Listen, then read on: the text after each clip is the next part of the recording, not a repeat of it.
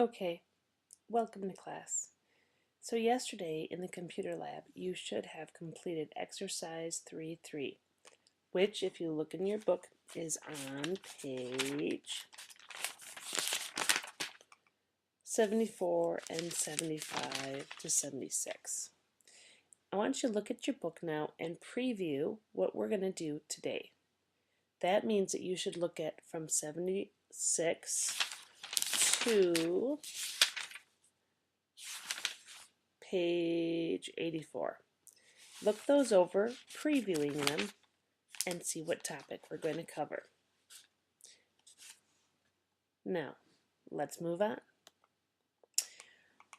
I want you to make sure that this is in your notebook. We talked a little bit about this on Monday. The topic is what the paragraph is about.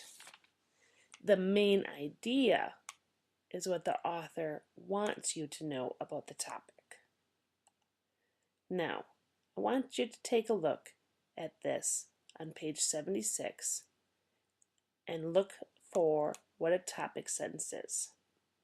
Take a moment to read that and to add to your notebook what a topic sentence is. A topic sentence is the sentence that expresses the main idea. We've talked about this before, and this is something you know when you put on your writer's hat, but sometimes it's still a little bit confusing. Sometimes it's hard to differentiate what the topic is and what the main idea is. Now, the main idea is what the topic sentence would express. So we're going to put this into a context. I want you to picture this. You walk into a party and you overhear your friends talking about, well, you. Now, you are the topic, but you don't know what the main idea is. And I bet you anything you want to know that main idea. What topic sentences were they talking about when they talked about you? Now, it could have been that they talked about how great you were as a runner, and the topic sentence would have then been, wow, so-and-so is an excellent runner. It could have been criticism. Maybe they thought about how disastrous you are as a driver. Maybe they wanted to make a point about how crazy you sleep. Or there's always that possibility about how you never should have gone out with your current date. You are the topic, but the main idea that they're talking about is going to be something more specific. Now, I want you to think about what a supporting detail would be. And if we're going to look at supporting details, let's look at the context of the previous slide. If you are the topic, and any of those four observations were the main idea, what supporting details might your friends offer? Let's go back to that slide and write down some of the ideas that might be supporting evidence or supporting details.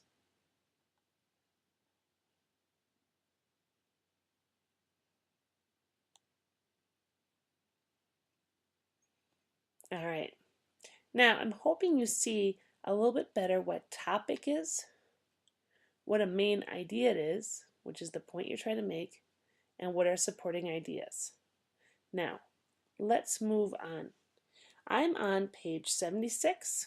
I'm hoping you are too, and you're going to need to take some notes, so be ready.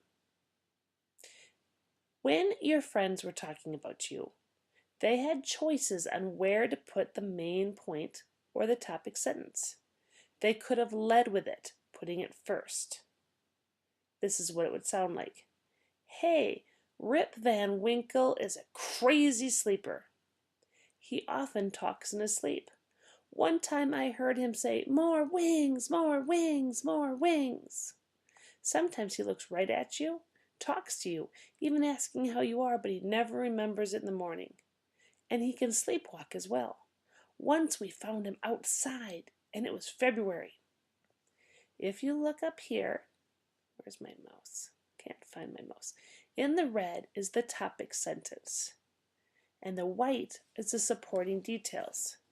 there were 3 different stories: the wing story, how he looks at you, and how he sleepwalks. So, the topic sentence went first, and then the details. Draw a picture of that in your notes so that you understand that that's one way to organize topic sentences. Now, there's a different way they could have organized it. In this case, they would have told lots of anecdotes, which are stories, sharing lots of specific details, and then they would have said their conclusion.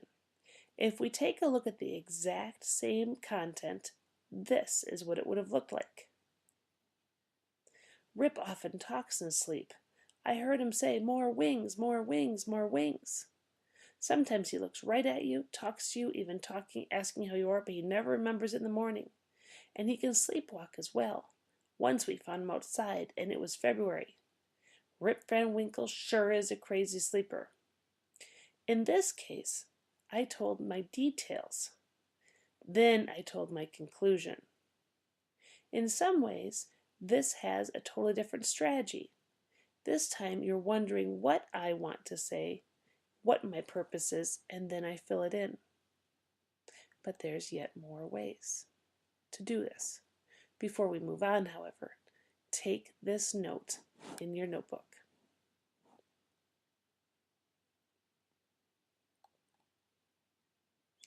There's a third way of organization. They could have told some details first and then told the point, and then gone on with more specific details. This is what this would look like. Note that the topic sentence, which is in red, is in the middle. I'm not going to read the whole topic to you again because it's the same material you've had before, but you just see where it's placed. Take a second to draw this out in your notebook as well.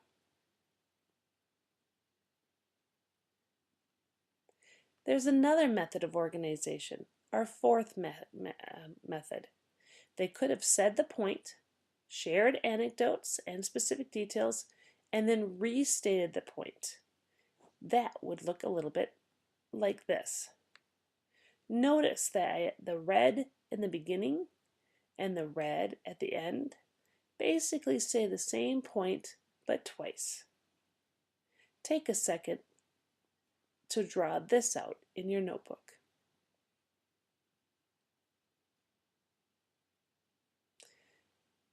Now, I want you to look at page 77 through 79. I want you to read through the notebook, and I want you to look at the academic paragraphs that are in there and see where they place the topic sentences. When you are reading pages 77 to 79, I want you to actively look for and specifically note why that particular placement of the topic sentence might work. What is the purpose of the author besides offering variety? What is the strategy? Take a second to read those pages, looking specifically for why those different placements might work.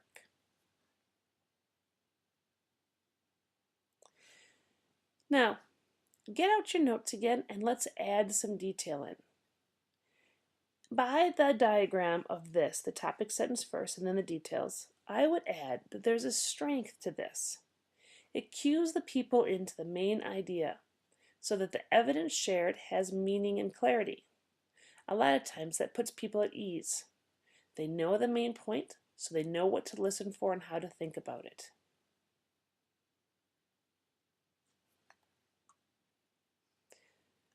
This other technique can lure people. All right, it leads them into the topic.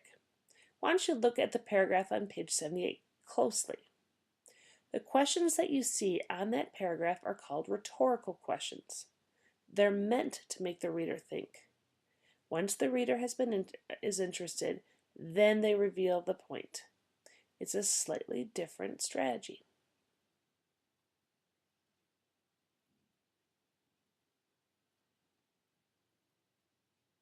Now this technique combines them. You can use it to introduce the idea and lure, give the idea, and then follow it up. Our last technique is mostly used for emphasis. It also offers clarity. When the point is stated at the beginning and the end, it's incredibly hard to miss. Sometimes, though, this is used as puzzle pieces. They put part of the topic in the first sentence and part in the end. And then you have to put both those parts together to have the author's purpose.